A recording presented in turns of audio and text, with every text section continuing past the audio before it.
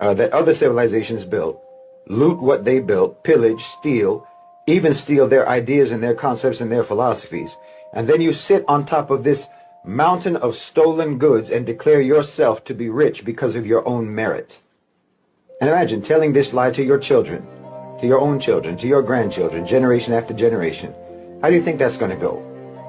You didn't invest in creating actual merit. You cheated, you lied, you stole, you brutalized. And then you tell your own people that everyone else in the world has nothing and you have everything because of how much better you are than everyone else. How long is that lie sustainable?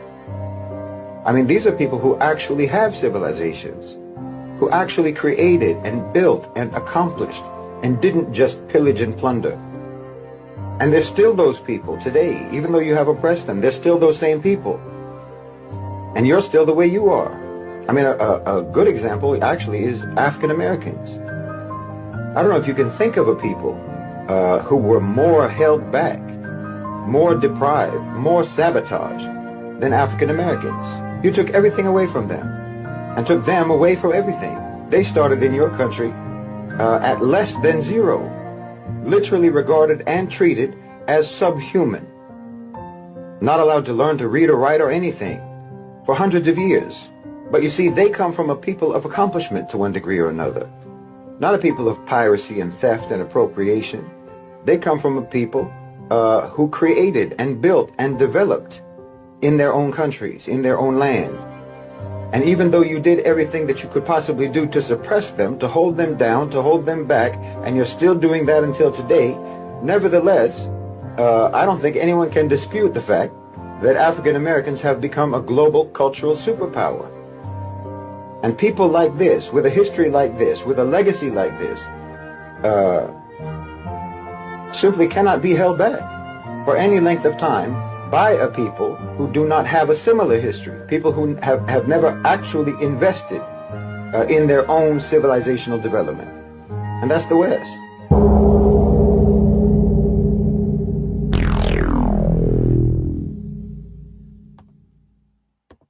Yo. Shalom, shalom. Hey, good looking out, King. Hey, we want to give all good honor and praise to the Most High Yahweh, Bahashem, Hamashiach, Yahweh Shai. We want to thank y'all for joining us. Y'all see the clip. You know what I'm saying? Hey, at the end of the day, we are people that have been, you know what I'm saying, taken down through the, you know what I'm saying? We are people that have been taken down through that, and it's time for us to, you know what I'm saying, to come by this rut. And the only way we're going to come by this rut is by doing God's will. That's right? What y'all think, fellas? Y'all got anything? Con, man. Excellent video, man. I the one actually sent that to me earlier, and it, it touched me. You know what I'm saying? Because, you know, I believe that's a heathen, you know what I'm saying, more than likely. But, you know, the heathen is bringing it out. Right. You know what I'm saying? And even the scriptures attest to that. You know what I'm saying? That in the last days that they will realize that they have inherited lives. That's right. And that's exactly what, you know, the heathen was bringing out. You know, that you've passed down this false information to your children, to your children's children, and so on and so forth. But the reality is this right here. Give me Daniel 9 and 12 real quick. Daniel 9 and 12. You know, because there hasn't been another atrocity to happen to a people that has happened to our people, man. Right. Nobody could have withstood or with, you know, the things that our people have went through, man. Right. And that's what makes us so special and so amazing, that we have, through the spirit and power of Yahweh Bashem Yahweh Shah, have definitely endured the test of time, man. Right. Give me that in Daniel 9 and 12. Con. The book of Daniel, chapter 9, verse 12. And he hath confirmed his words, which he spake against us, and against our judges that judged us, by bringing upon us a great evil from under the whole heaven, have not been done as have done upon Jerusalem. Now, of course, this Jerusalem right here is talking about the people. This is, you know, the Most High use personifications and symbolism and things like that to describe his people. But This is talking about the children of Israel. If you read verse 11, that's the context. But the scriptures say that under the whole heaven, this great evil that has been brought upon them hasn't happened to anybody else, man. Under the whole heaven, right, man? You're truly an amazing people, you so-called Black, Hispanics, and Native Americans, man. But we gotta live amazing now. You know, this great evil has happened to us. Now we gotta become wise, keep the law, statutes, commandments, and live in greatness, man. And watch the Most High bless us, man. But I yield with that, King. Excellent precept, excellent. Just like the brother said, ain't no other atrocity that happened like what's happened to us. You see what I'm saying? And even in this time right now, this the worst it's gonna get as far as this captivity. This is the worst it's gonna get, and this is the longest captivity. You know what I'm saying? Yet, it's like we done been through it, and it's even in our name. Prince, they have power with God and man, but overcome. That's Genesis 32 and 28. It's in our name that we gonna overcome. You see what I'm saying? So what's the odds? We the people that have been through it. You see what I'm saying? All right. Let's see. So y'all see the title of the class, right? The Romans of 70 AD. So we got some documents where they was talking about us, our people around that time. The Romans of that time was talking about our people of that time. And it goes off into the Sabbath day. They speak about our Sabbath day. All right, we about to go ahead and get off into that. You know what I'm saying? We ain't gonna fool around with it. We're gonna get off into it. We got a couple other topics as far as like economics, Israelite economics biblically. All right. We got to come out the ways of the world and the ways we've been taught. But anyway, let's get to it. Is the Sabbath. We grow up hearing that Sunday is the day for church and rest. However, a closer look at history and scripture reveals a different story. The Bible clearly states that the Sabbath is on the seventh day of the week. So how did Sunday become associated with the Sabbath?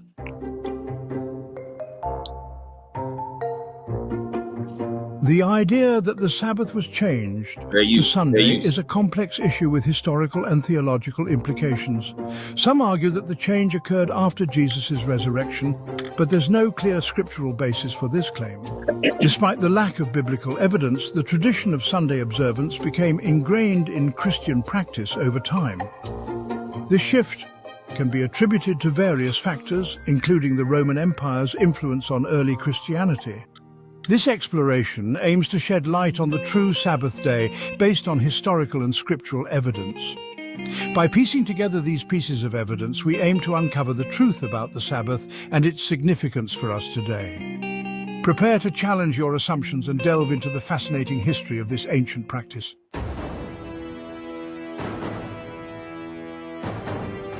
History provides compelling evidence supporting the observance of Saturday as the Sabbath. Roman historians documented their interactions with different cultures, including the Jews. Cassius Dio, a prominent Roman historian, wrote extensively about Roman history, including their wars with Judea. Dio notes that the Romans learned of the Jewish custom of abstaining from work on the days of Saturn. Recognizing this practice as an opportunity, the Romans strategically planned their attacks on these days when the Jewish defenses were down. So he said Cassius Dio, which was a Roman historian, observed that the Israelites kept Saturday, or which was Saturn's day, their Saturn's day, as our Sabbath, right? And so I'm gonna share my screen real quick because I have the document, the document that Cassius Dio had wrote. Let's see, hold on. Let me see.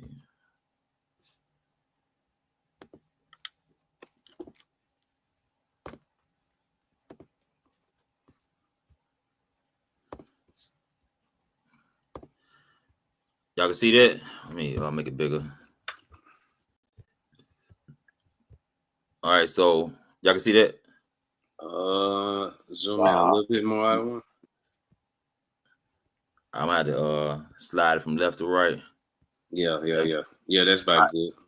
All right, so this is This is part 271 or page 271. I guess I don't know if it's paragraph 7 or what, but right here it says it's verse 2, or I ain't gonna say verses, but 7:2. It says, "Thus was Jerusalem destroyed," and this is Cassius Dio, a Roman historian, around 70 AD, around the time of 70 AD. He says, "Thus was Jerusalem destroyed on the very day of Saturn, the day which even now the Jews reverence most." So he identified their day of Saturn or Saturday as the same day that the Jews or the Israelites kept as the Sabbath. It says, "From that time forth, it was ordered that the Jews who continued to observe their ancestral customs should pay an annual tribute of 2 denarii to Jupiter Capitolinus." So they gave them a penalty for observing the Sabbath day. It was a penalty, and they had to pay them 2 denarii, which was a Roman currency. It says, "In consequence of this success, both generals received the title of imperator, but neither got that of judaces, although all the other honors that were fitting on the occasion of so magnificent a victory, including triumphant arches, were voted to them." All right. And now notice in 8, it says, "Following Vespasian's entry into Alexandria." Titus and Vespasian were the ones that their father and son, the ones that invaded Israel in 70 AD. So this is around that time. Okay. All right, let me stop sharing and let's keep going with the clip. Oh, where it at? All right. Cassius Dio's account explicitly links the Jewish Sabbath with Saturn's Day, which corresponds to Saturday in our modern calendar. The Romans recognized the Jewish Sabbath as coinciding with their own Saturn's Day. Further solidifying this connection is the account of Frontinus, a Roman soldier and strategist. He describes how Vespasian strategically chose to attack the Jews on the days of Saturn, knowing that they would be less likely to engage in battle due to their religious observance. This tactic proved successful, as the Romans were able to exploit the Jewish Sabbath observance to their advantage. So now they mention another Roman historian around the time named Frontinus, and said that the Romans decided to attack the Israelites on the Sabbath day. Okay, I got that document as well of what he wrote. So let me share this screen real quick again.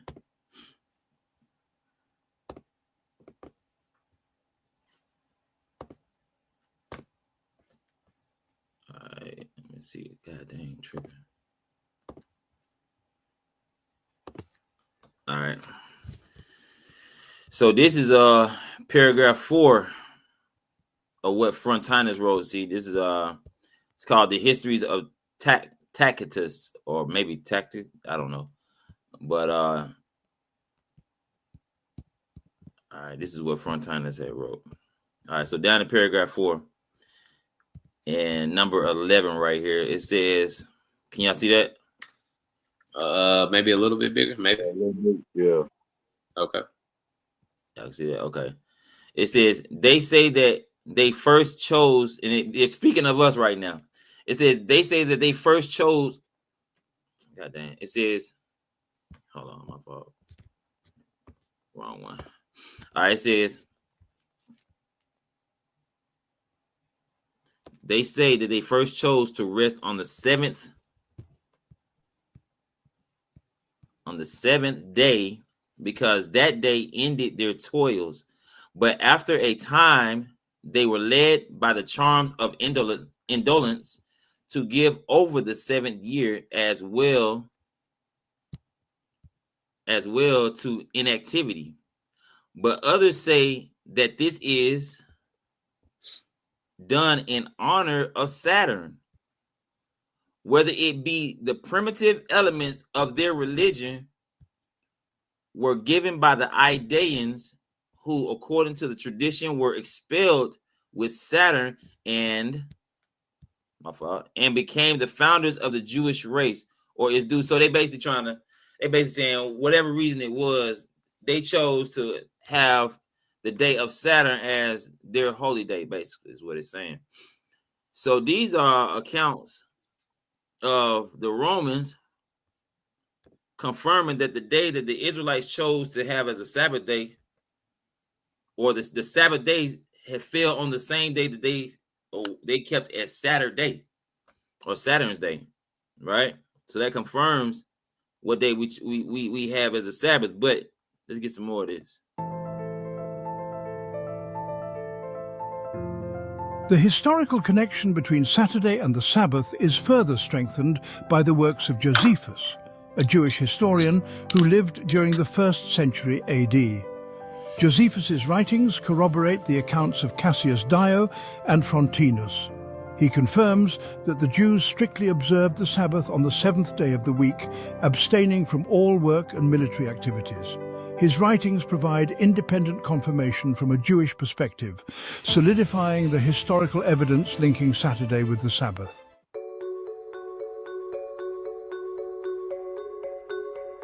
Beyond historical accounts, the very language used to describe the Sabbath offers compelling evidence. The Greek language, in which the New Testament was originally written, provides a direct linguistic link between the Sabbath and Saturday.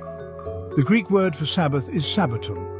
Remarkably, the word used for Saturday in modern Greek is sabbato. This linguistic connection... Hold on. So they said that the Greek word... Let me go back real quick. Sabbato. Military activities. His writings provide independent confirmation from a Jewish perspective, solidifying the historical evidence linking Saturday with the Sabbath. Okay. Beyond historical accounts, the very language used to describe the Sabbath offers compelling evidence. The Greek language, in which the New Testament was originally written, provides a direct linguistic link between the Sabbath and Saturday. The Greek word for Sabbath is sabbaton. Remarkably, the word used for Saturday in modern Greek is sabbato. All right, let's look that up real quick. Let me share my screen.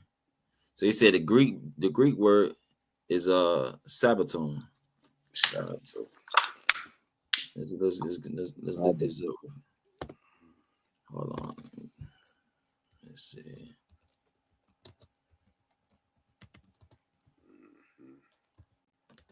I guess I see the word sabbat in there, huh? I was looking at the word sabbat. It says sabbatical. Yeah, this is G4521. Is in there. Let's see. I'm tripping. My phone.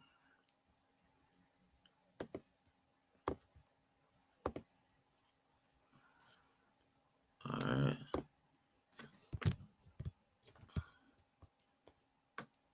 You said G4521. Yeah. All right, so Sabbath. Let's see, Sabbath. Let's see. Tomorrow's. All right, let me just blow this up. So hold on, this Sabbath right here. That's the Hebrew. Oh yeah. Come on. Oh, okay, yeah, I see it right there. Yeah, I see it right there. Okay, so hold up. So right here, hold up. That's the Hebrew Shabbat. Go back real fast. So hold on. Matter of fact, let me do this.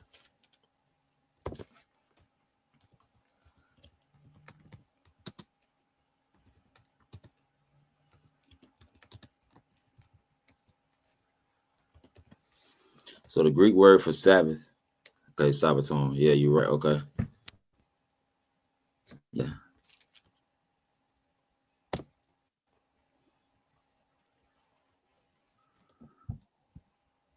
Sabbaton. Okay. So the Greek word for Sabbath is sabbaton. All right, so the Greek word for Saturday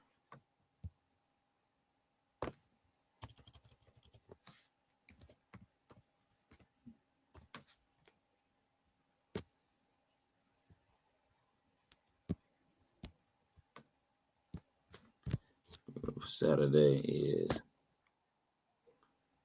same word basically. All right. Okay, gone. So sabbaton and Saturday basically is the same. We read about Paul and his companions continued observing the equinox. To address the link is not based on a day of the week, abstaining from all work and military activities. His writings provide independent confirmation from a Jewish perspective, solidifying the week is sabbato. This linguistic connection demonstrates an unbroken line from the Sabbath observed by Jesus and his disciples to the day we know as Saturday.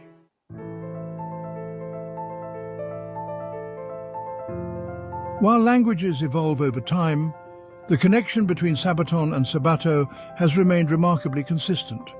Even today, a simple look at a Greek-English dictionary will confirm that sabbato is the word for Saturday. The language has not shifted or changed its meaning. The connection is clear and unambiguous.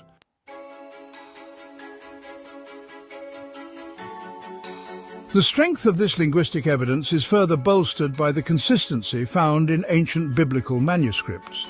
The word sabbaton, referring to the Sabbath, appears consistently throughout these manuscripts, leaving no room for doubt about its meaning or the day it signified. The fact that sabbaton consistently refers to the Sabbath and that this word is directly linked to the modern Greek sabbato, Saturday, adds significant weight to the argument that Saturday is the true Sabbath.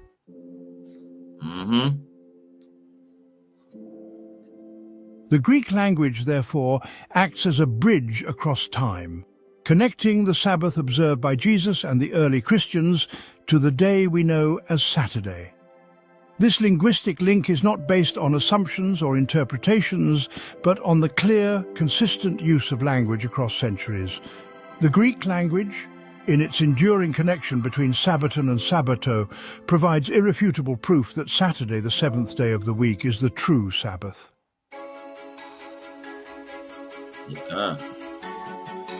Some might argue that the transition from the Julian to the Gregorian calendar disproves Saturday as the true Sabbath. This argument suggests that the calendar change, involving the removal of several days, would have disrupted the continuity of the week, potentially shifting the Sabbath to a different day.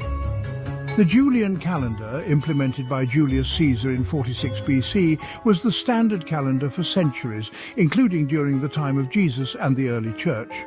However, the Julian calendar had a slight inaccuracy in its calculation of the solar year, leading to a gradual drift of the calendar dates compared to the Earth's actual position in its orbit.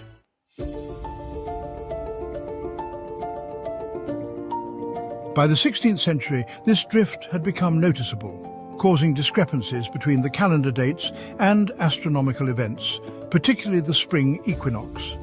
To address this growing problem, Pope Gregory XIII introduced the Gregorian calendar in 1582. To correct for the accumulated drift, 10 days were removed from the calendar. This removal of days, however, was not a haphazard deletion that disrupted the flow of weeks. The 7-day cycle, with its specific order of days, remained untouched.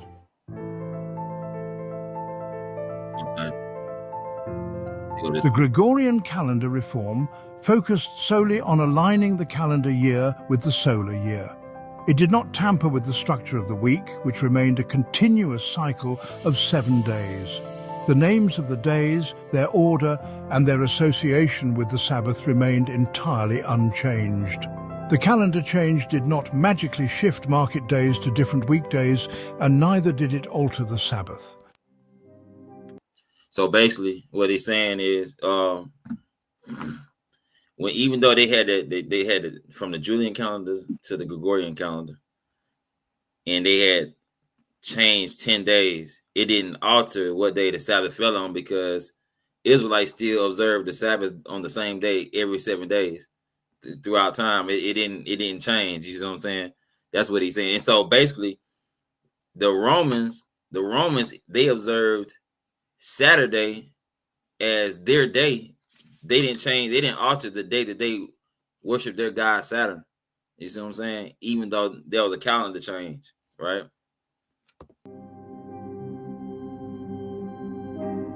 The uninterrupted 7-day weekly cycle is further evidenced by the continuous practice of worship on specific days of the week by various religious groups. Jews, for instance...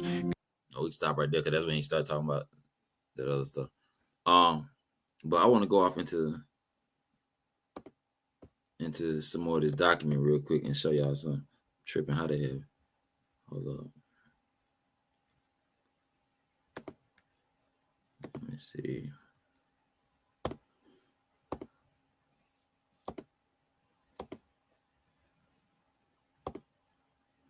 I think it's, let me see, is it this one? Yeah, this one right here. So this is the one that was written by Frontinus, right?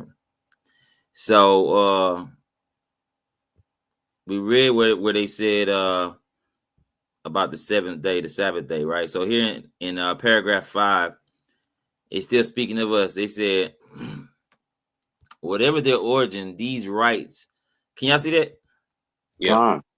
These rites are maintained by their antiquity. The other customs of the Jews are base. Hold on. Are base and abominable. So they saying our customs were abominable and owe their persistence to their depravity. For the worst rascals among other people. That's what they saying about our people. They said we the worst rascals among other people. These Edomites talking, bro. So looking for in 15. In 15, it says, renouncing their ancestral religions, always kept sending tribute and contribution to Jerusalem, thereby increasing the wealth of the Jews. Again, the Jews are extremely loyal. No, check this. I said the Jews are extremely loyal toward one another. And always ready to show compassion, but toward every other people, they feel only hate and enmity. That's right. They talking about the Israelites in 70 AD, and we got the Israelites right now trying to love their oppressor. See that? It said to other people, they felt nothing but hate and enmity. That's how we treated everybody outside of the Israelites. It says they sit. I'm right. This is where I'm at right here. It says they sit apart at meals. They sit apart at meals, and they sleep apart. And although as a race they are prone to lust, they abstain from intercourse with foreign women. See that? Yet among themselves nothing is unlawful. Now they go, they lying right there. They said, I was getting ready to say, man, what they talking about? They lying right there. They talking about nothing is unlawful among us. The crazy is it. They adopted circumcision to distinguish themselves from other peoples by this difference. They wrong right there too. We didn't adopt circumcision to distinguish ourselves. The Most High gave us that. Those who are converted to their ways follow the same practice. And the earliest lesson they receive is to despise the gods. So the earliest lesson they receive is so when people came amongst us and they wanted to follow our ways, it says the first thing they learned was to despise the gods of the other nations, to disown their country, meaning disown their own people, and to regard their parents, children, and brothers as of little account. However, they take thought to increase their numbers, for they regard it as a crime to kill any late-born child. And they believe that the souls of those who are killed in battle or by the executioner are immortal. I'm sure it says, immortal. Hence comes their passion for begetting children and their scorn of death. But the point is, notice, all right, so they spoke about the Sabbath day. All right, this is from the perspective of a Roman. All right, they attributed our Sabbath day with their day of Saturn. Right, they said that we show hate towards people outside of our nation, and we didn't deal with their women.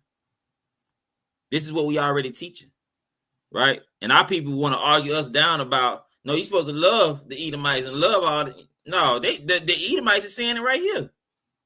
You know what I'm saying? Or Salakia, they want to say it's only the Canaanites. Right. See that? Right. You know what I'm saying? It's a whole lot in this document. I ought to leave the links to them in the description. In the chat.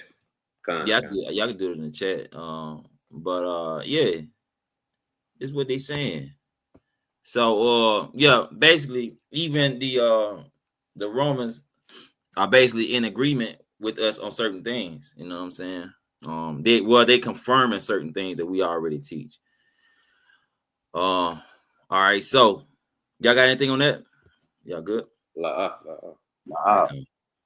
Okay. All right. All right. Also, in the topic, in the title, it says, "How are we going to solve our economic issue?" So let me pull this up real quick. Watch this. I'm still here. My doggone camera done went out.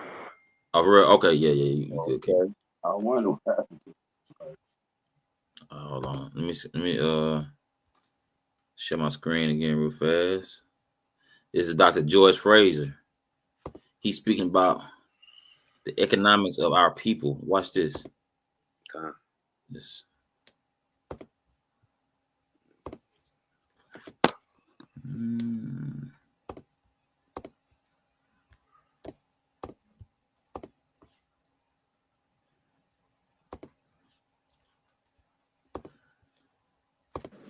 71% of our sisters are. Y'all can see that? All right. Not married, 29% will never get married. 63% of our brothers are not married. 30% of them will never get married. There is no culture in the history of humankind that has risen to maximize their full human potential without family at the center of their culture. This only. You heard what he said, right? He said there's no culture that maximizes their full potential without family being in the forefront, right? But watch this. Can you run that back too? I don't want to believe if you don't mind. For sure.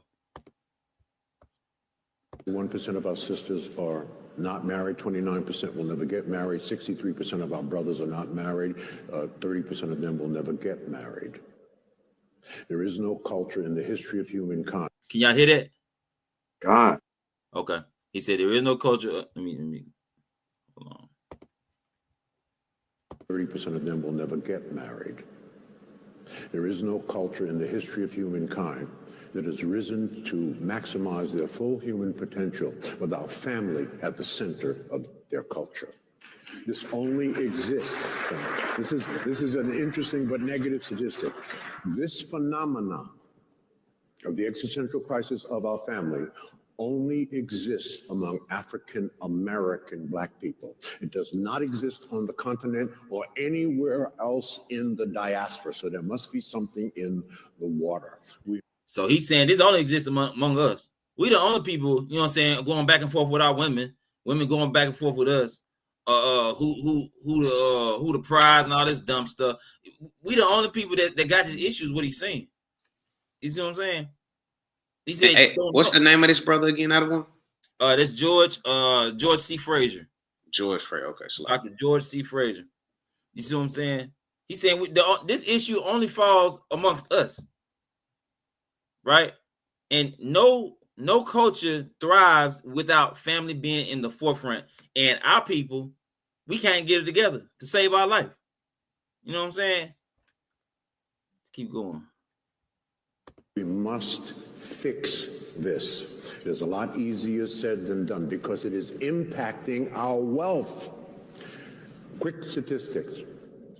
Now check this out. Hey, Mathanya. Yes, sir. You ever heard me say a man don't reach his full potential until he married?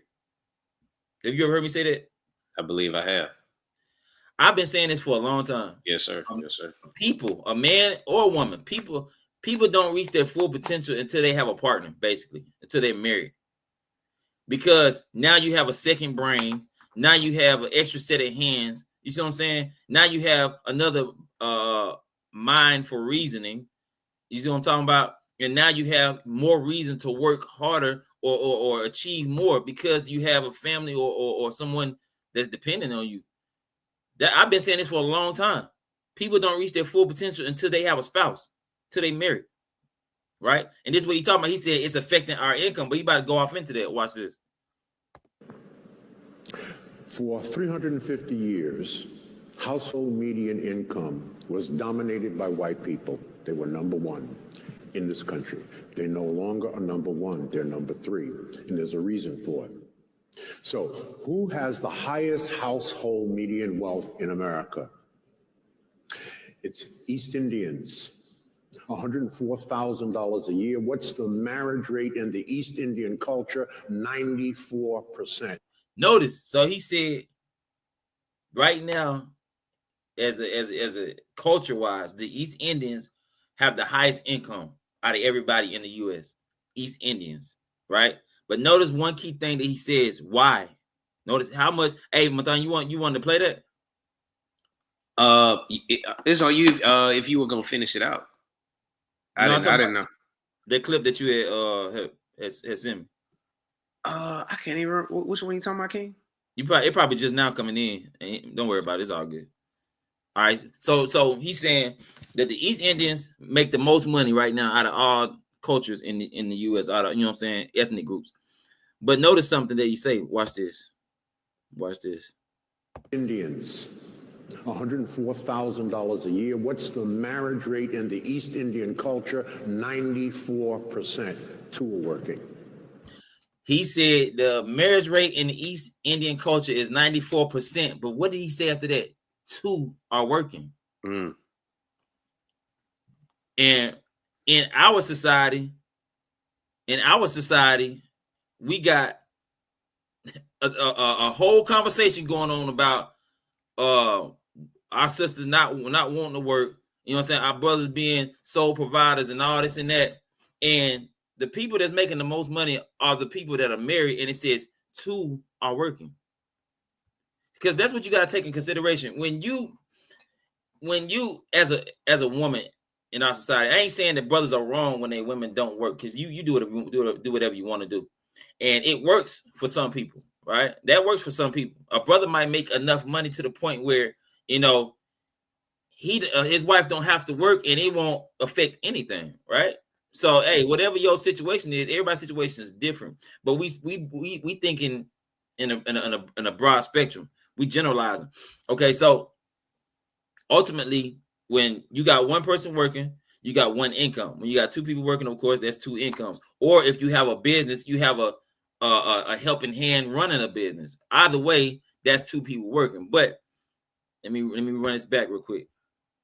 $4,000 a year. What's the marriage rate in the East Indian culture? 94%. Two are working. 94%, two are working. Now, I'm not promoting for our sisters to work. I'm not promoting for our sisters to not work. I'm saying this: if you have an attitude as our sisters, speaking to our sisters, if you have an attitude where you're saying, I'm not going to work, or I'm not going to contribute, then you're not ready for marriage. Mm. You're not, because marriage is not find somebody to take care of me. That's not marriage. Marriage is basically I'm dedicating myself to this man. I'm giving myself to this man, right? And I'm his help meet. How can you help meet if you ain't helping? Say that out of one.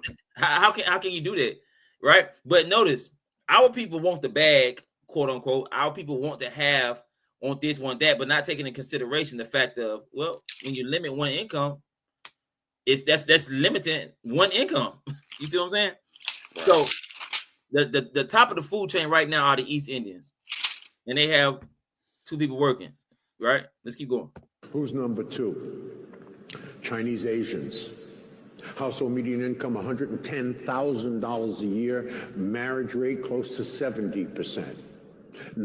So the Chinese people, their marriage rate is close to 70%. We don't even have to ask, are they women working, men and women working? Because you go to these Chinese restaurants, you see the men and the husband and wife. You go into the nail salon, you see the men and women. It's just this is not a topic amongst other people. This is amongst us. 50-50 or who's the prize and all that dumb stuff. That's all stupid to even be talking about that. Bring it out of one. It really it's dumb to even be talking about that. Do you want a mate or not? You know what I'm saying? And y'all work out what y'all gonna work out. Y'all arrange y'all situation how y'all want to arrange it. If y'all get together and the agreement is both of y'all work or one of y'all work, that's y'all business. But to start off with that attitude is not the right attitude, because you're saying when you want a spouse, you want a mate. You want someone to build with, right? These East Indians, in most cases, you know what I'm saying, they have put like this. I would say it would be like in ancient times. Most cultures, most ethnic groups do things the way we did in ancient times, where the man will already have a certain inheritance, and he will already have a certain something built. And I'm not saying, brothers, what I'm saying is, brother, if you ain't got your stuff together, as far as like you ain't got no place, you ain't got no income, no, you don't even need to be thinking about no marriage, bro. You know what I'm saying? You need to have a certain level of independency taken care of. You need to have a certain level of that taken care of. But what I'm saying is the mind frame of these sisters saying, well, I'm not going to contribute to nothing. I don't want nothing. That's a leech. You don't want a mate. You don't want a mate. I can't, me personally, I could care less. If a sister come talking like that to me, there's nothing for me to talk to you about. There's nothing for me to talk to you about. Even if it ends up being where I pay everything, there's nothing for me to talk to you about if you come with the attitude of I'm not going to do nothing and I just want you to pay all the bills. Well, I don't want you. I can find 12 of you, you know what I'm saying, that come with the mind frame of, hey, you know what I'm saying, I just want to be yours. You know what I'm saying? And we work everything else out. You see what I'm saying? All right, let's keep going. Y'all got anything before we keep going? La. Hey, if I could drop a precept real quick. Do you think, King? Do you think? Let me get the classic Ecclesiastes 4:9, because what I don't want is bringing out is important, man. You know what I'm saying? I think we the only ones that bring out that these petty topics, man. Mm-hmm. You know what I'm saying? And we look for the wrong things in a partner, man. You know what I'm saying? Right. We don't look at character. We don't look at if this person loves God. You know what I'm saying? We don't look at the important things that's gonna make a relationship last or a marriage last. Right. We looking at is he able to gonna take me around the world and buy me anything that I want? That's vanity. Solomon taught us that. It's crazy. It's vanity. Does he know how to pray? Right. Does he know how to teach me and my family? Right. And for you know what I'm saying, and for brothers, man, does she know how to follow? Does she know how to submit? Is she meek? Is she chast? Shoot, even you know the example that the other one was bringing out, the Proverbs 31 woman that a lot of our sisters like to quote. I don't know if they realized that this was a working woman. Yeah, definitely. Sure was. This was a working woman, right? But she still supported and understood her role as far as being the weaker vessel and the helpmeet to her husband. We can't get fooled by what society is promoting, man. It's beguiling you, man. Right.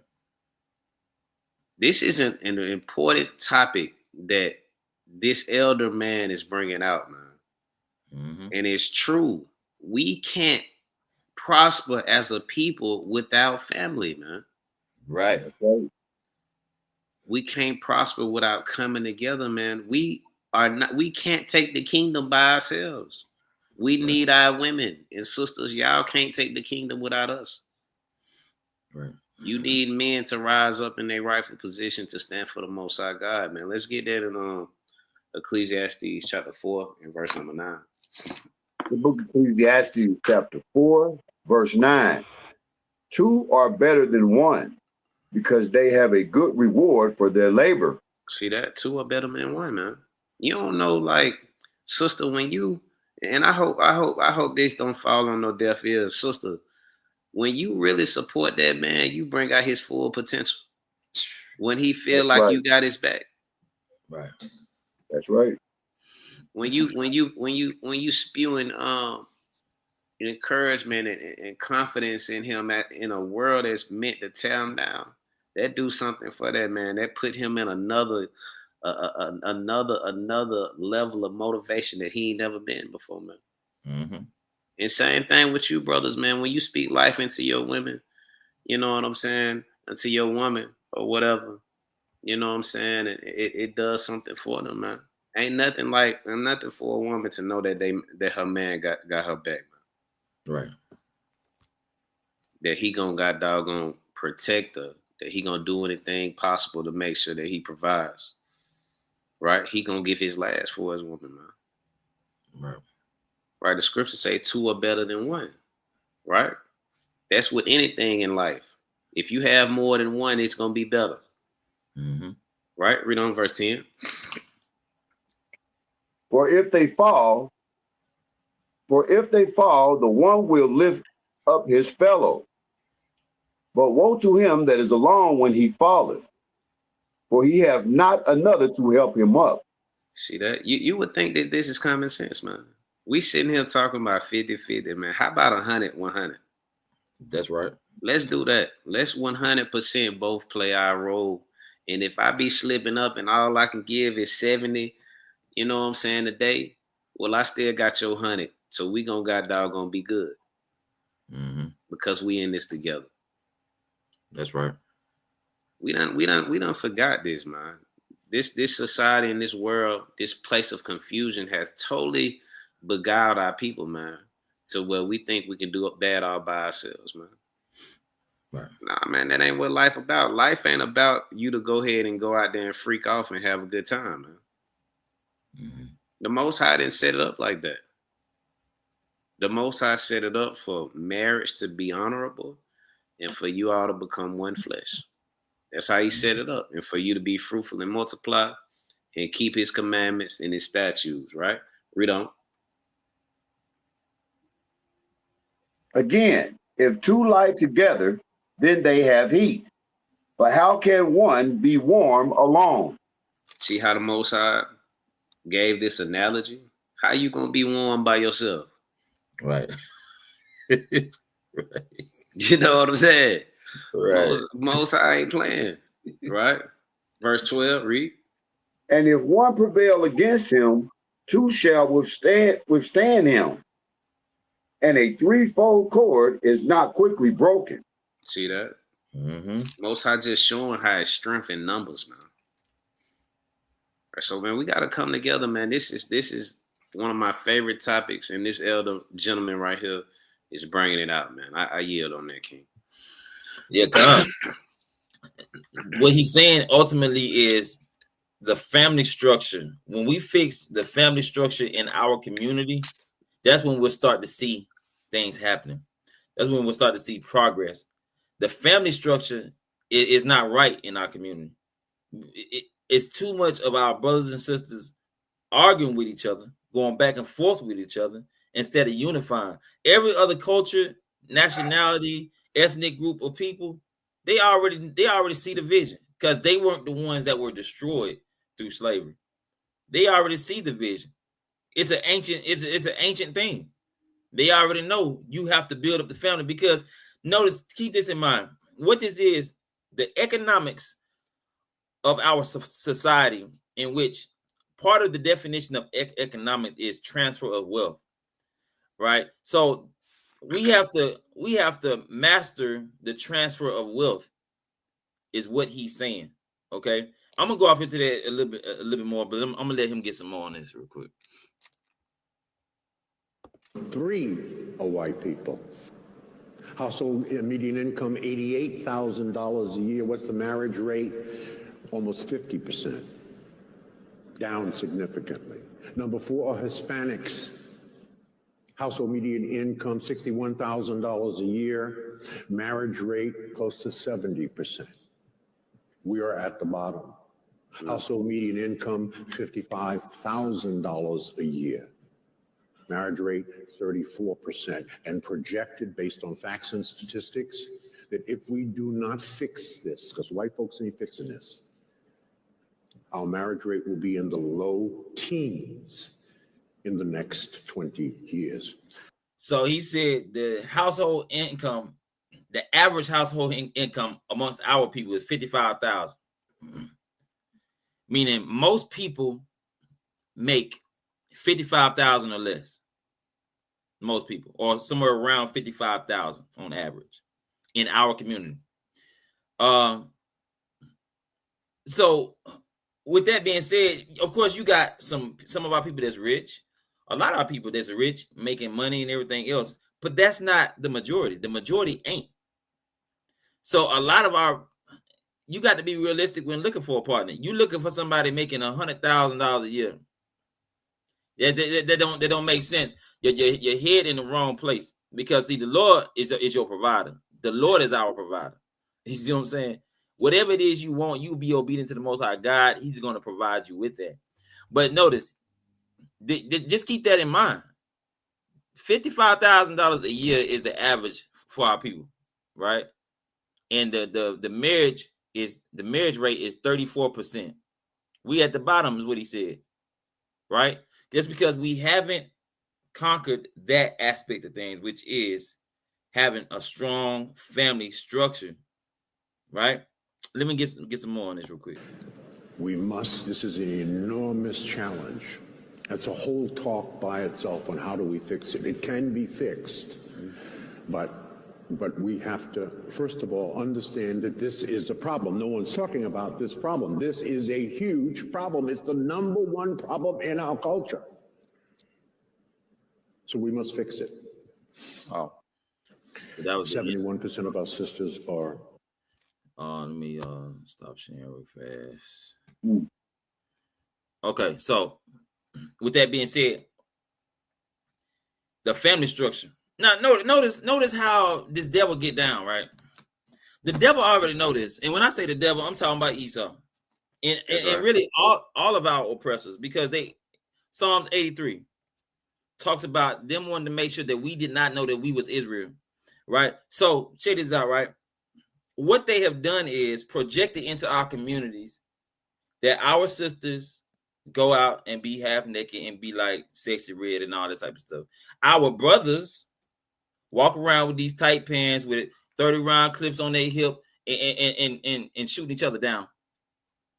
Right? This is what they projecting in our communities. And they projecting, I believe they the ones that starting these conversations amongst our people where the women are bumping heads with the brothers and the brothers bumping heads with the sisters, and we call each other all out our name and everything, because they know when the family structure is destroyed, you know what I'm saying? That's when we got a whole problem. Back in 1969 was when we started to see a decline in marriage amongst our people. Yeah. That's when we started to see the decline. That's when they started telling the women put the men out the house, because they had to get rid of the family structure. That's right. The Israelite economics is what I'm talking about. Now, once again, back at economics. Economics, like I said, part of the definition of economics means transfer of wealth. When you transfer wealth, you also transfer in power. Okay, so a transfer of power or wealth. One of the key elements of transfer of wealth, I ain't gonna say one, the key element of a transfer of wealth is inheritance. Every other group of people leave an inheritance for their children. Our people leave debt for our children. Why? Because family ain't in the forefront. When you start with your immediate household, okay, let's say a brother, he has a wife. Now he done built up, like I said, if you a brother and you don't have your own, you know what I'm saying? You ain't got to be rich, but you got to have your own something going on. You got to have a place for your woman to lay her head. You got to already have certain things in line before you decide to get a wife. But this is power, when you have your own place, when you have your own, when you have income coming in, this is power right here, right? And then once you get a wife and you make a family, right? Inheritance is a transfer of power or a transfer of wealth. Okay, when your parents or your father, your mother passed, when your father passed, and he leaves, that's a transfer of power or a transfer of wealth, right? The scripture talks about over and over for us to take care of each other. Brother love brother as we love ourselves. When we see our brother in need, that's a transfer of power. If I know I got it and my brother is in need and I'm able to help him out, give him a job or whatever, I'm transferring power over to him. You see what I'm saying? This is what you call economics. This is Israelite economics. The Bible teaches economics in the scriptures. You see what I'm saying? But what they have done is they have put a stop to that because they already know this. They already know this, right? Let's get some precepts real quick. Let's go to Exodus 22 and 22. Exodus 22 and 22. And let's start right there. The book of Exodus, chapter 22, verse 22. Ye shall not afflict any widow or fatherless child. It says, don't afflict a widow or fatherless child. Why did the Most High put those two in the same category? Because both are lacking a man. Both are lacking a man. How do you transfer wealth? Through the man. That's right. You transfer wealth through the man, right? Of course, yes. Of course, women have ways. There's ways to transfer wealth through women nowadays. Nowadays it is, but I'm speaking in biblically and in ancient times, and in generally in most cases nowadays, the transfer of wealth or power comes through the man. So it says, what? Read that again. Ye shall not afflict any widow or fatherless child. Because when you don't afflict them, you're showing mercy on them with a situation. This widow is a woman that had a husband that has lost her source of power as far as her immediate power. I ain't talking about the Most High God. I'm talking about her husband.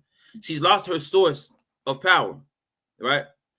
A child that doesn't have a father lost his source of power. He lost his guide. He lost his guidance. He's on his own. See what I'm saying? But that's through the father, through the husband, is how you transfer power with scriptures, right? Go to let's see, Tobit 14 and 13, and go to 1 Samuel 17. Tobit 14 and 13. This is our people have to master transferring power. You have to start at home first, because home is where you charge up. This is the foundation. Your household is the foundation. And as long as our brothers and sisters are at each other's throat, we're not gonna get nowhere, because you're trying to solve problems outside of the foundation when you got to fix the foundation first. Bring it out. You know what I'm saying? Bring it out. Tobit 14 to 13 real quick. You said first Samuel 17 as well? Yeah, 17 to 34. Okay. Tobit 14 and 13. Mm-hmm. The book of Tobit, chapter 14, verse 13. Where he became old with honor, and he buried his father and mother-in-law honorably. Mm-hmm. And he inherited their substance and his father Tobit's. He did what with his substance? And he inherited his father's substance and his father Tobit. He inherited. The father always passed down inheritance. That's what keeps. See, it's like this. That's what helps you. It's like a snowball effect. Whatever I'm able to build up in my lifetime, you know what I'm saying? The Most High give me the years that He want to give me to live. I build that up to where I can build it up to. Then when I pass, give it to my son. My son takes it from there and build that up. He give it to his son. He passed. So on. So it's a snowball effect. It grows and grows and grows. Right? We're starting from slavery, but we're not even starting from slavery. We still trying to start. Because our people still ain't leaving nothing behind. Our people still ain't leaving nothing behind for their children. Right? Bring it out in 1 Samuel 17, King. Con. This is the book of 1 Samuel, chapter 17, and verse number 34. And David said unto Saul, thy servant kept his father's sheep, and there came a lion and a bear and took a lamb out of the flock. He said, thy servant kept his father's sheep. See, what we had back in our land was we didn't go and now I ain't gonna say we didn't go and work for people because we had a lot of Israelites that worked for Israelites. We wasn't working for oppressors. We worked for Israelites, right? But what we had was we had Israelites that had their own cattle. They had their own crops, right? So a lot of times people speak of, well, you know what I'm saying, like the sisters will say, well, you know what I'm saying, back then the men was taking care of the women, and they was. What the men had was the men had an inheritance from their father, and they had land and animals and crops, right? They had a transfer of wealth from their parents, right? And they was able to take care of their wife and children. And guess what? The wife and children helped the farm. The wife and children worked on the farm. It wasn't just, you know what I'm saying, the wife was inside reading the newspaper, you know what I'm saying, while the husband was tilling the land. Everybody chipped in to build up that household, right? So let's get Proverbs 13 and 22. This is what took place. This is the economics that we have to conquer. We have to master. Because as long as we stay stupefied and stay caught up in these different conversations, we're not going to get nowhere. We're not getting nowhere. You see what I'm saying? That's right. Our men, and this is the thing, right? Our men, for our nation to rise up and to be strong, the men got to change. The sisters are going to follow suit. The sisters are going to follow suit. The men have to change for our nation to rise up. Yes, I hate to see how our sisters are getting down right now. What you'll say, quote unquote, modern day women, modern day black women, I hate it. But I do understand that the solution is for our brothers to build themselves up, and our sisters will follow suit. Not all, but the ones that are meant to follow suit will follow suit. Right? But bring it out. Proverbs 13 and 22. The book of Proverbs, chapter 13, verse 22. A good man leaveth an inheritance to his children's children. A good man. Is there more on that? Yeah. Go ahead, you can read. A good man leaveth an inheritance to his children's children, and the wealth of the sinner is laid up for the just. A good man leaves an inheritance to his children's children, his grandchildren. Right? That's the point. Right? And of course, if you wicked, yeah, the Most High finna give your inheritance to the righteous. So it's saying the righteous leaves an inheritance for their children's children, for their grandchildren. But how are you going to leave an inheritance when this society has taught our people, put like this society has taught our women, when you see a brother with money, go marry him and divorce him and take half of everything he has. That's not in scripture. That's not scriptural. How are you going to leave an inheritance when you can't get a good footing and establish yourselves? You know what I'm saying? You can't find a good wife. You can't find a good husband to establish yourself and have a solid foundation, because you still caught in the what you call it, the hamster wheel. You still caught up in the hamster wheel trying to figure things out. You 50 years old, 60 years old, trying to figure things out. Of course you can't leave nothing behind because you didn't get a good footing. You don't have a good footing. You have to get, like the brother said, to strengthen our nation, we have to get back to building up our households, our families, the family structure, right? And we have to understand the transfer of wealth. You have to have somebody to be able to transfer wealth to you. And if you don't have somebody to transfer wealth to you, you have to start it and be able to transfer wealth and transfer power, right? Let's go to, do y'all got anything before I keep going? Nah. All right, come. Let's go to 1 Timothy 5. 1 Timothy 5, and I think it's 1. Let me see. So notice scripture, we got scripture that talks about leaving an inheritance for your children. We got scripture talking about don't oppress the widows. It's another scripture, I forgot where it's at, that talks about be a husband to the widows. Well, it don't mean marry them, but it means be a husband to them, like look out for them. But notice right now you got the older people. You got the older people right now, like the senior citizens that can collect Social Security and so on and so forth right here in America, right? Why don't we see that in scripture? Why don't we see any scriptures talking about making sure that the elderly people get paid a certain amount every so often so they can live? Why don't we see that? We about to show you why. Go to 1 Timothy 5 and verse 1. No, go to verse you can start at verse 3. The book of 1 Timothy chapter 5 verse 3. Mm-hmm. Honor widows that are widows indeed. Honor widows that are widows indeed. But if any widow have children or nephews, let them learn first to show pity at home and to requite their parents, for that is good and acceptable before Yahweh.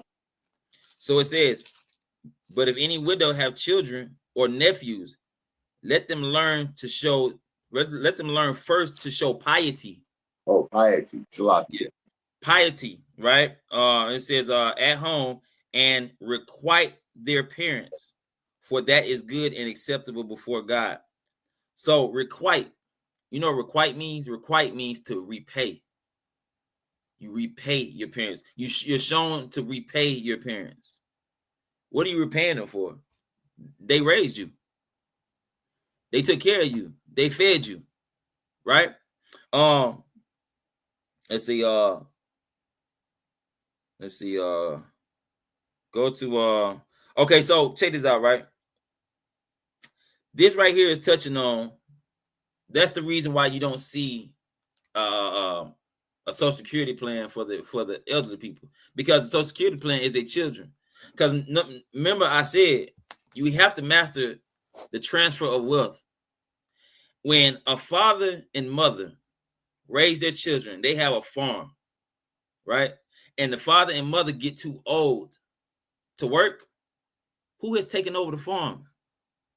The son. The son has inherited the farm, and now him and his wife and children are running that farm, and his parents are eating off the same farm. You see what I'm saying? Even it's a law to not glean all your crops so that the homeless can eat. So if you got enough crops for the homeless to eat, you're gonna have enough crops for your own mother and father to eat. That's what this is. That's a transfer of wealth, and a transfer of power. The mother and father had property and they left it to their son, but now they done got too old to the point where they can't do nothing themselves. So they transferred their power over to their son. And now their son has his wife and his children helping him out on that same farm. So he's teaching them what to do. So he's setting them up to transfer power and wealth over to his children, right? To prove that, let's go to Genesis 24 and 11. And y'all let me know if y'all have anything y'all want to input. Genesis 24 and 11. The book of Genesis chapter 24 verse 11. And he made his camels to kneel down without the city by a well of water at the time of the evening. Mm-hmm. Even the time that women go out to draw water. Even time what? That the women go out to draw water. Who is the one going out getting the water for the family, getting the water for the animals, and so on and so forth? The women. The women. You was teaching your daughters how to take care of stuff around the house, your daughters were working and your wives was working. Everybody contributed to that one household. However it was. So it said what? It says, even the time that women go out to draw water, right? Now watch this. Go down to verse 13. Behold, I stand here by the well of water, and the daughters of the men of the city came out to draw water. So confirming, the daughters of the men of the city came out to draw water. Keep reading. And let it come pass that the damsel to whom I shall say, let down thy pitcher, I pray thee, that I may drink. And she shall say, drink, and I will give thy camels drink also. Let the same be. She got water for him to drink, and she got water for the camels to drink. Go to verse 17.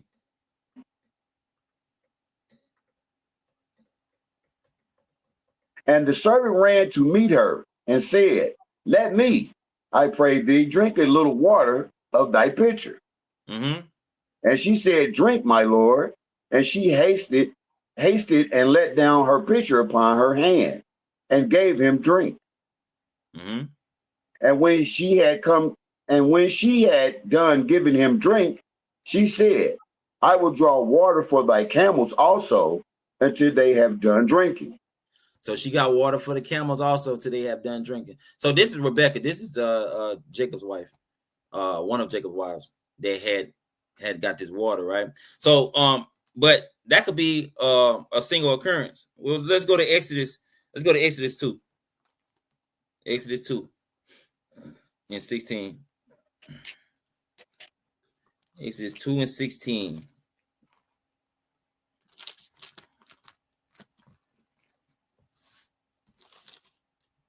The book of Exodus, chapter 2, verse 16. Now the priest of Midian had 7 daughters, and they came to draw water and filled the troughs of water their father's flock. Well, the daughters of the priest of Midian came to draw water, just like they was when Rebecca went to go draw water. That was a thing that they did. The women was drawing water, right? All right, and then in the next verse, read the next verse. And the shepherds came and drove them away. So the shepherds were men. The shepherds were the boys, were the guys. You know what I'm saying? So the men took the animals out. The women was drawing water. Obviously, this is a reoccurring thing. Okay, so I brought that out just to show that everybody contribute to the household to build it up. That's the reason why our households can't get nowhere, because we too busy trying to figure out who should pay what, who should do this, who should do that. When really, if you care about or you really want somebody in your life as a spouse, as a husband, or as a wife, of course you're thinking about security. Of course you're thinking about your future. But more importantly, you're thinking about someone that's on the same wavelength as you, somebody that has morals, somebody that want to achieve something as you, because y'all two can have nothing and can end up having a lot, or the man can have a lot and build you up, and then y'all end up having more.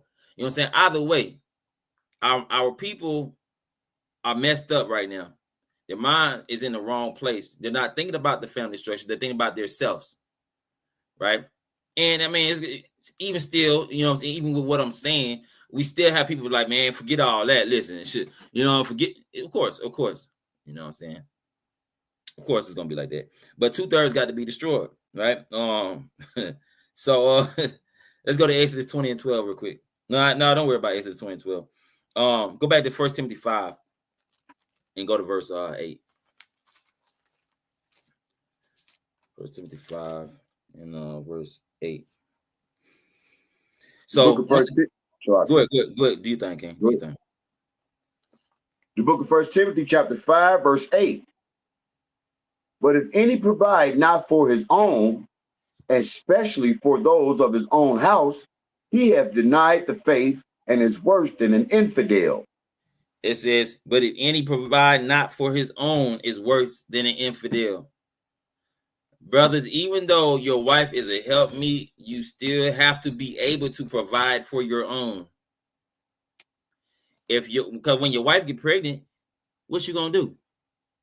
Your wife can't work. What you gonna do? You can't, brother. You always have to. This is something to keep in mind. Even if it's a two parties, the man and woman working, make sure your bills are to the point where you can afford your bills by yourself, brothers. That's right. Because your wife go down and you need her income like that, everything crumbling.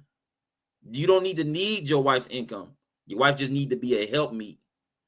You know what I'm saying? So, brothers, it says, he that don't provide for his own is worth an infidel. But that goes back into your mother and father. You have to be able to make sure that your mother and father is straight. When they get to the point where they can't work, you have to make sure they straight. Because trust me, I'm setting it up right now for my mom and my daddy. I'm setting it up right now to make sure that they straight when they get to the point where they can't do nothing for themselves. That's what I'm doing right now for mine, right? So that's part of that. It says them of his own household. My mom and my dad might not be my immediate household, but who I had to depend on at times? My mom and my dad. You know what I'm saying? Who raised you? Your mother and father, or just your mother, whoever. They have to be able to depend on you when they need you. That's that transfer of wealth and power. They said, look, just like when King David, he landed in the bed, he called, and he transferred the kingdom over to Solomon. Hey, look, I can't do it no more. Hey, this is you. He transferred that power over to Solomon. And that's what your parents do to you when they leave you an inheritance. You see what I'm saying? And even if they haven't left you an inheritance, you start the cycle. And you take care of them and your family once it gets to that point. Right? That's what it's talking about. Okay. Y'all got anything? All right, come. I'll praise the Most High. So yeah, the Israelites, we have to understand the economics, you know, and get our family structure on point. Of course, if you single, I mean, it is what it is. You single, you do what you got to do the best you can. You know what I'm saying? Survive, do this, that, and the other. Cool, but to generalize and objectify what's going on with our family structure, we need to prioritize marriages, right? I ain't talking about necessarily going to Esau either. You know what I'm saying? A man and woman together, you know what I'm saying? That's a new term to say to go to your oppressor to get married, but I'm not talking against that either. But anyway, we got to we have to prioritize man and woman together building. We have to prioritize that family, right? And that's how our people is going to grow, you know, as a nation, you know, financially or whatever. Yeah. All right. Let's move on to the next topic real quick. Oh yeah, I got a clip right here real quick. This is the add-on to what we talking about. You never move in a woman's house because a woman will put your behind out for whatever she decides to put your behind out. Case in point, check this out. Once again, brothers, have your own. I don't care. I don't care what a woman say. I don't care if she say, nah, you can move in with me. I mean, there's some situations where, yeah, you might have a woman that you might have to go stay with her for one reason or another. But to the best of your ability, make sure you have your own, because it wasn't supposed to be the other way around. It's not supposed to be you go stay with your woman. If anything, it's supposed to be she come stay with you, right? But scripture talking about that. But I ain't gonna play too much of this because her mouth is. Whew. Don't mind about me, dog. That's embarrassing. My mama and dad. Man, look, I don't give a. But ain't you supposed to be getting your shit and leaving them? Why is you still here? Look, I don't got time. I'm not worried about this. I got somewhere to go. Why the fuck you on love? No, why the fuck are you still here? Get your shit and go. I am getting my shit. So go. Why the fuck is you still here though? Man, listen. You doing all that rah shit? I ain't trying to hear that shit. Yeah, she going in. But anyway, like the brother said in the beginning, brothers, you have your own place. Don't move in with no woman. You need to have your own for a reason, right? You need to have your own, or you know what I'm saying. Even if y'all come together and get a place together, that's cool too. But moving in with your woman, no. You know what I'm saying? You don't need to do that. Okay, let's get Sirach 25 and 22 real quick. Sirach 25 and 22. You don't need to move in with your woman. You need to have your stuff set up to the point where you have a place for her to come to if you're gonna get your wife. Hey, Shalaka, and if you do choose to move in, then what my cousin taught me, which still don't move in with them. But if you do choose to move in with your woman, make sure y'all go down to the attorney's office and deed her house in your name.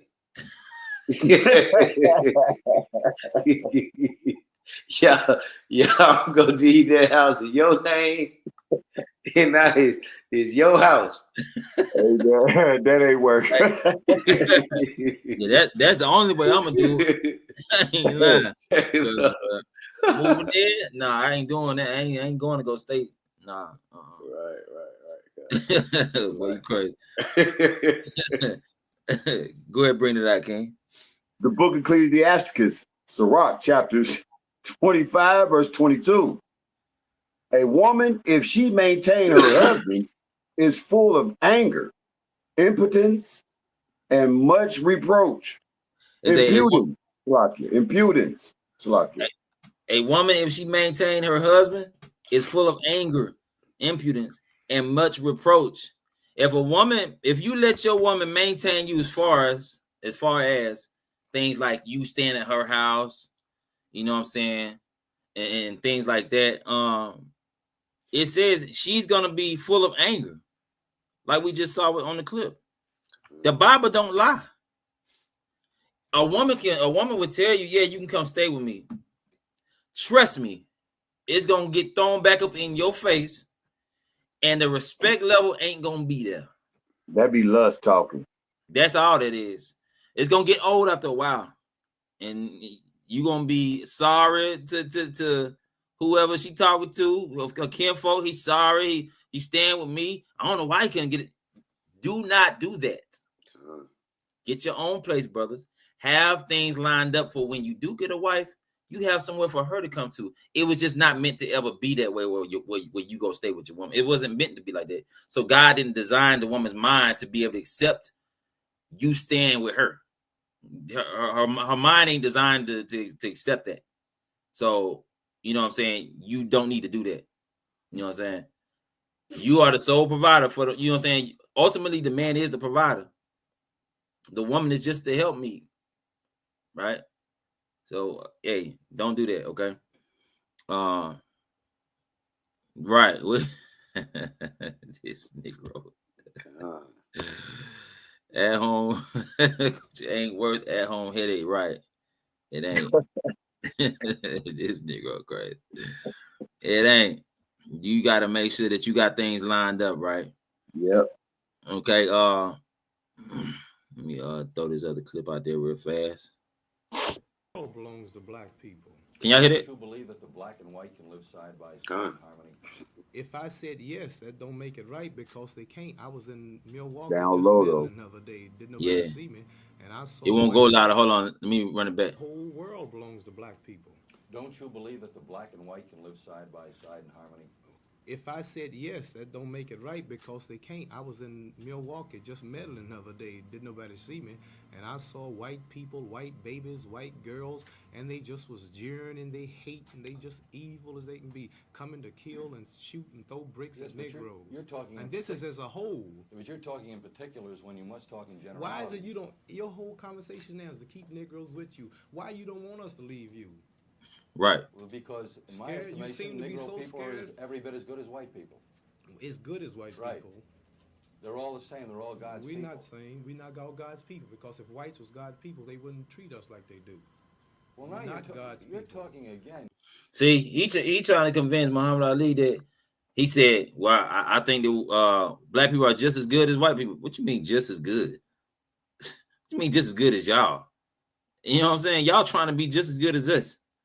But he said, why you don't want to let us go? Because they know who we are, man.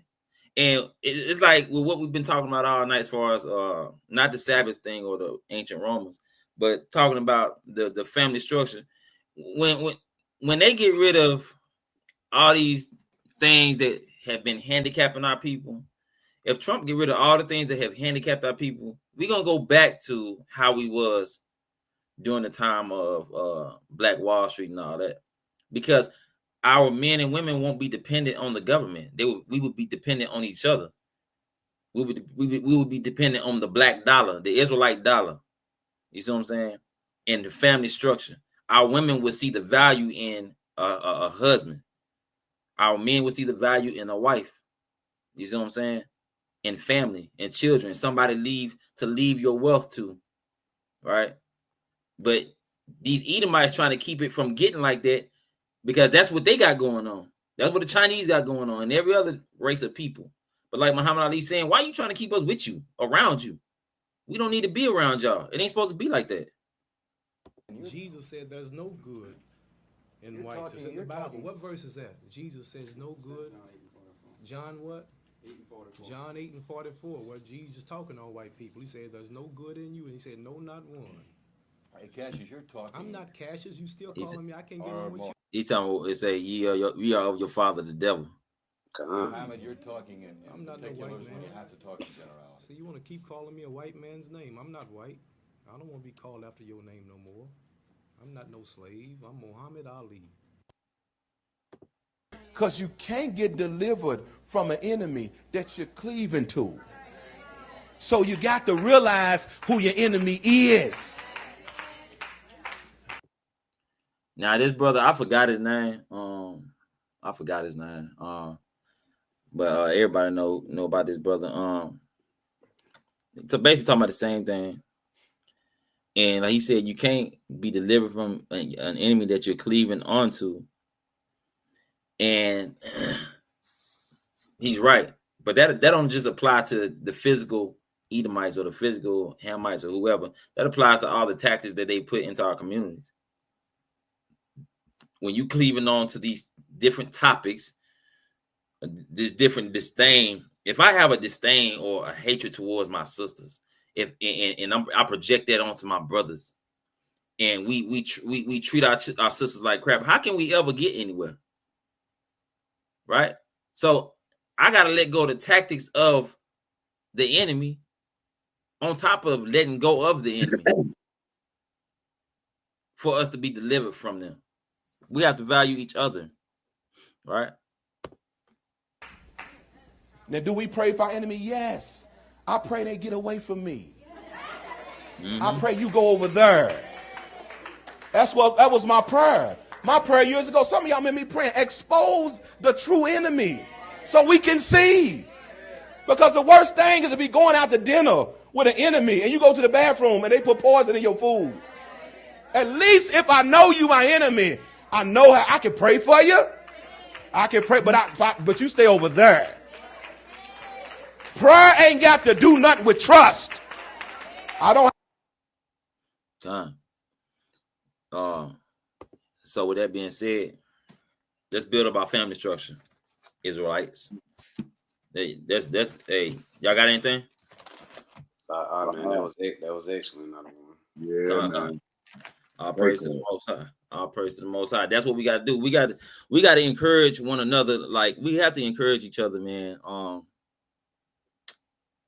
To establish strong households, man. We have to encourage each other. We have to get away from if you have a friend, family member, or whoever that's talking you against the opposite gender of your nation, get away from them, right? Of course, hey, look, I don't blame you when you have a complaint about the opposite sex of your nation, because, like I said, I got complaints. You know what I'm saying? About our brothers, we got complaints about our sisters, how they moving and getting down, right?